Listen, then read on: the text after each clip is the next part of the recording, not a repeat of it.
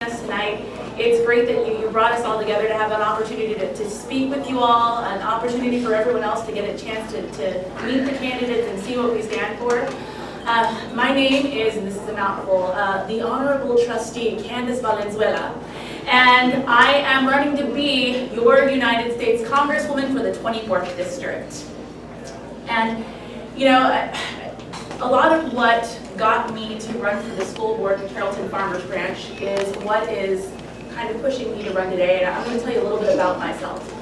So I am the great-granddaughter of two World War I veterans. In fact, one of them, my great-grandfather, came over from Mexico, fought in World War I without a citizenship. Both of my grandfathers fought in World War II, and my mom and my dad met in the Army. So my dad used to jump out of the planes, and my mom used to fix them. And you know, it's great to have that in my lineage, but it didn't all go well. And as a toddler, my brother and I were, as toddlers, we were homeless with my mother. And we ended up bouncing around from place to place. We were in homeless shelter, we were in houses, friends' apartments, families' couches, and very famously now, we lived in a kiddie pool outside of a gas station. It was something it seemed completely normal until I told folks about it. They said, that's not normal. Okay. But, you know, and that's kind of how difficulty is. You get used to it, right? You do what you have to do to survive. And as my mom got her feet under her, we were able to take advantage of the things that American life offered for people who needed to get back on their feet. So we got housing help from HUD. We got food assistance from the Lone Star card, our Texas's version of food stamps. And when my mom figured it out, she tried to keep me in the same cohort of schools as I got older. So even if we were homeless or we were bouncing around, she tried to bounce around in the same track. And that is what I attribute to my success. I became the first in my family to go to college, and I got a full ride to Claremont McKenna College. And it was transformational for me. It was transformational for the trajectory of my family, and it was something that I think a lot of folks didn't expect, but it happened. And coming out of that education, I felt very strongly about wanting to give back. And so the first thing I did after college was I worked in a girls' group home, and then I went into education. And I mean, by I went into education, I mean I went into all kinds of education. I mean, I was teaching university classes. I was working as inclusion staff with special needs kids. I taught a video games class in a charter school. I mean, I really had a chance to get my hands into the very essence of education. What I came to learn was that the finest and best product, looking at home schools and charter schools and private schools, came out of public school. And so that was something I kept with me when I eventually ended up moving back to Texas from California. And by the way, the reason I had to do that was, I met my Texan husband, and he said by law I had to come back here to make Texans. I think that's sound logic. Maybe it's just me. So we came back here, I started looking at schools, and I thought that there were a lot of good things going on in Carrollton Farmers Branch ISD. But there were things that were severely lacking. You had people on the board that didn't really have school-aged children. They didn't know how to talk to Gen X parents. They didn't know how to talk to millennial parents. They didn't know what pressure they had on their schedules or what the demands of work hours were. They complained about them not being there, and about them not being the kinds of parents they were able to be. We also had a board that had only one Latino and one African American, and this is insane because Carrollton Farmers Branch for a while has been a majority-minority district. So I decided to put my name down on the line and run.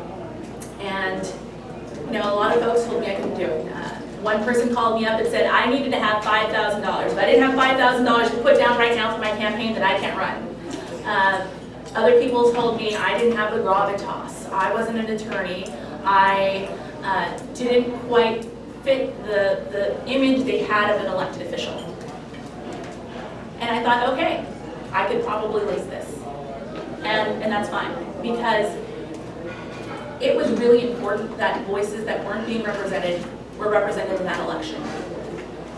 So I knocked on doors. There were times where I would work all day, I would rush to my first son's Montessori school, I would nurse him in the parking lot, and then I would go to a candidate forum, or sometimes just before a candidate forum I would be hidden like in a broom closet nursing my son. Other times I strapped him in my back. I would strap him in my back, and I'd knock on doors, and he'd be canvassing right along with me. And in fact, one time, I was telling him off after a long week of campaigning, and he was about 14, 15 months at this point, and he looks at me and he says, "My name's Candace, I run school book."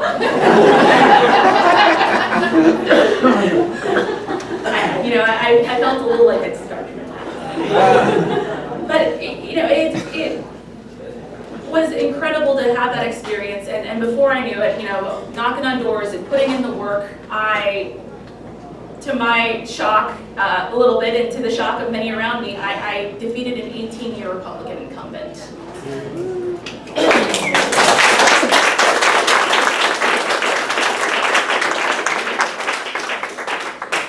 And let me tell you, being on the school board, being able to serve the 26,000 students on my board has been the joy of my life, and we've been able to do some incredible things.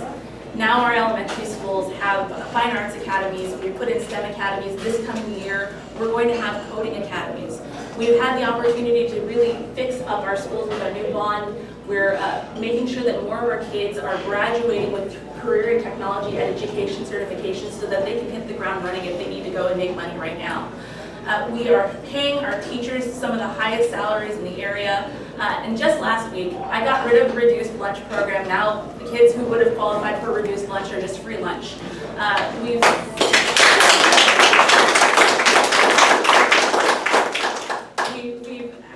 We have brought our lowest paid staff up to the area's version of a living wage. And I made sure that our students, our LGBTQ students, our kids of whatever national origin, were considered a protected class in our student code of conduct. I've been able to really work with my board members to do some incredible things, but here's the kicker. If we can't keep kids in their seats, we can't teach them. And if we can't keep their families in their homes, we can't keep kids in their seats. So I can outfit the perfect school. But right now, the cost of living is pressing on families. The cost of food is pressing on families. The cost of healthcare is hurting families. And I can't keep my kids. We have this thing that we call mobility, and some people think of it as transience. Lots of times kids would bounce around from year to year. In fact, that was me. Maybe I think at one point the lowest amount of time I spent in one place was maybe half a school year. These kids are bouncing around from month to month sometimes because they cannot stay in their apartments, in their homes. And something has to be done. So the things that helped me, the things that got me and my family on our feet are under attack. We know that public education is under attack, not just by the state, but also on the federal level. Anybody who knows who Betsy DeVos is knows that civil rights in our schools, funding for special education, it's under attack, if not by neglect actively. We need to look at affordability. There's no such thing as a starter home anymore. There's no such thing as a starter salary or starter health insurance or starter food. And healthcare is crazy. I mean, prescription drug prices are through the roof. We pay so much money for insulin in this country. I mean, it is hard. And I mean, as someone who just had a baby, I spent months prepaying my hospital visit. Putting aside a couple $100 a month to make sure that I was paid off when I got to the hospital. And later on still, after putting in thousands of dollars, they're like, you owe more money. They didn't have a reason. They didn't say, you owe more money for these itemized things. They're like, just give us more money. And they're used to being able to just get that. And there's something inherently wrong with the fact that we don't know the price of anything going to the hospital. So, and also, I'm sorry, I'm going to talk about something that's slightly emotional to me, thank you. we really need true gun reform in this country. I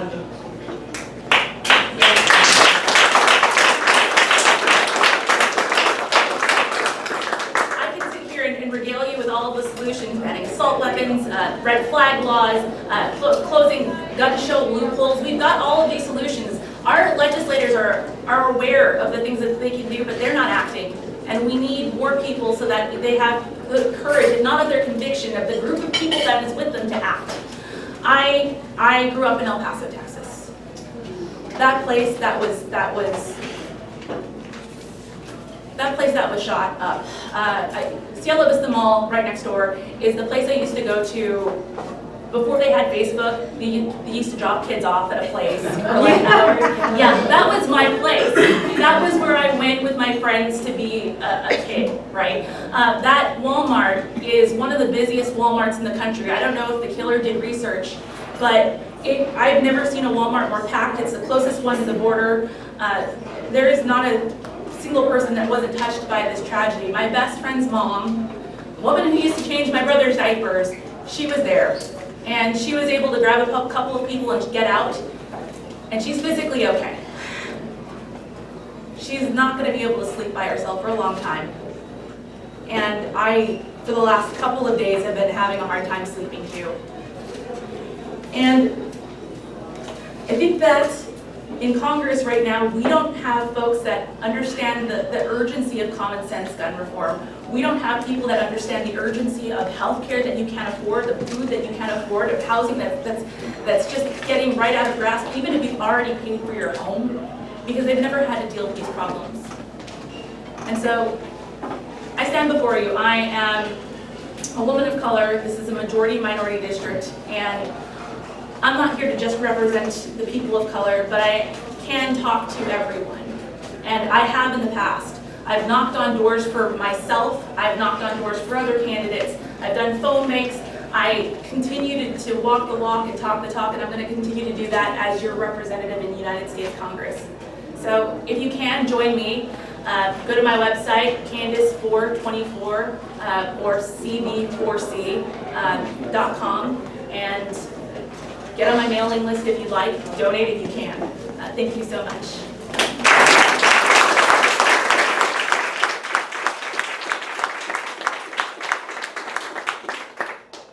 I'd love to answer your questions if you have any. Yes, ma'am. Good to hear you're from El Paso. I started first grade out there. Great place. Obviously, you probably had a lot of pushback at the school board level, and you're going to get a lot of pushback if you make it to Congress. So how do you deal with that? Can you give us some examples? The very first thing I ever did as a school board member was I was trying to pass a welcoming resolution. And sometimes it's, especially in municipal government, I don't know if you guys want the nuts and bolts, sometimes the worst pushback isn't necessarily going to come back from your peers, although it came back from my peers, but it also came from the staff. They were afraid that if I came out after SB 4 had passed the Show Me Your Papers law and said that we want to educate all students, regardless of national origin, that we would be putting a target on our backs. That we would get the worst of the worst coming out and harassing kids and harassing the district. And I said, look, we have students that are afraid. We have parents that are afraid. We have a lot of misinformation going out about whether or not teachers can turn in people if they suspect that they're not citizens. We have a lot of misinformation about whether or not our kids were safely able to go to schools. And so I brought it up. They didn't want me to even bring it up. And we had to go to committee. And normally when you go to committee, things die. But I went to committee and I sat down and I worked with some of the farthest right-leaning folks on my board. And we went back and forth. They wanted me to simplify the language a little bit. They wanted me to make it sound a little less legal because they were afraid that it would look like I was suddenly making us into a sanctuary school district, when in actuality, Supreme Court law states that we're supposed to educate all kids regardless of where they're from. If they're in our district, they are our kids. And so I was able to work with them in order to finesse the language into something that was comfortable for them, but ultimately communicated to all our kids, to all our families, that kids of any race, any sex, any national origin, any gender identity, we're welcome in our schools. And when I go to Congress, I know that there are things that we need to absolutely push for, and I am trying to make sure that I am one of many voices trying to work for real reform for our kids, for our families, for people who are struggling. And I want to attend to that with the amount of urgency that it deserves. But it starts with communication, and it's something that I'm experienced in, and I look forward to doing it. Yes, sir. Candace, I'm from El Paso also. I lived 2 blocks from Cielo Vista Mall. I went to Burgess High School. Oh, wow. Thank you for being from there too. My question is about women's rights. There's been an assault. The Violence on Women's Act has been blocked. There's an assault on women's reproductive rights that needs to stand. And I'm surprised that 3 women here and nobody's addressed that issue. Could you say something about it, please? Absolutely. I think that our discussion about healthcare, women's healthcare is healthcare, we need to get rid of the Hyde Amendment. That's the biggest thing. We need to make sure that if there's going to be access to choice, that everybody gets access to choice. We need to make sure that we go back to funding Planned Parenthood. You know, this question of whether or not a woman can choose to have a child or not have a child is not the entirety of women's reproductive health. There are a lot of things that go with it. And when the Planned Parenthood, say, went away in El Paso, my cousin who had ovarian cysts went without treatment. She couldn't afford to handle it. She was slowly bleeding to death every month because it can cause excessive term bleeding. I'm sorry to be so graphic, but this is what we're dealing with, right? This is the extent of women's health care not being provided for when we're shutting down clinics like these. And so I unequivocally stand for a woman's right to choose and for the comprehensive look of prenatal care, of postnatal care, and of women's health care in general.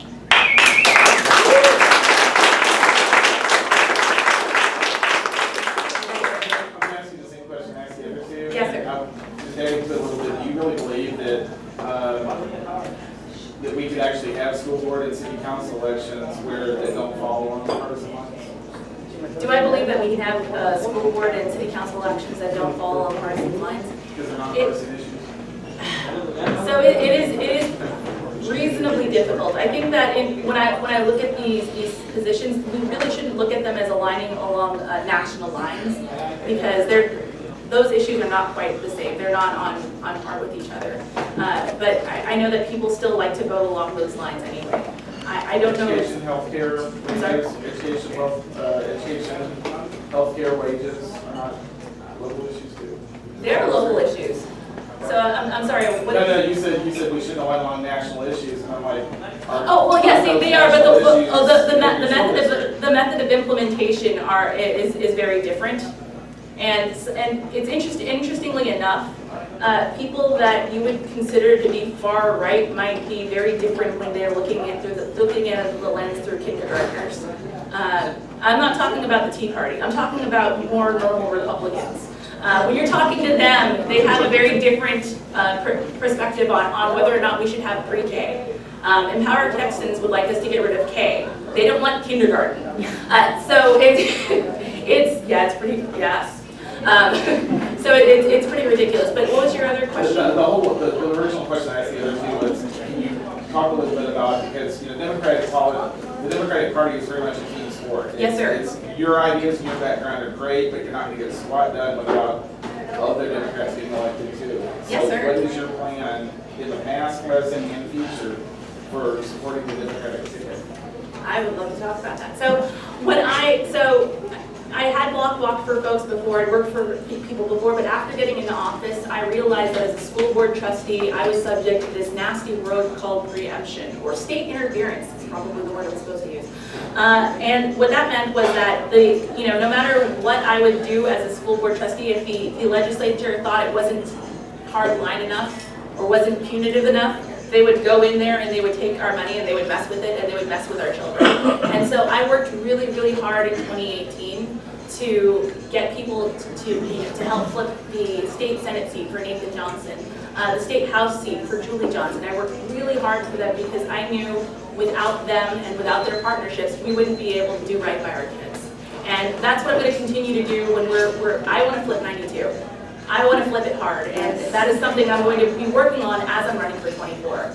I am ready, willing, and able to partner with candidates all up and down the ballot. I did this with our Justice of the Peace. I actually pushed really hard for him to get into office, and now he's the one in charge of my truancy cases. And this is the kind of person who cares about kids and knows that his punishments have consequences. So that's where I'm at.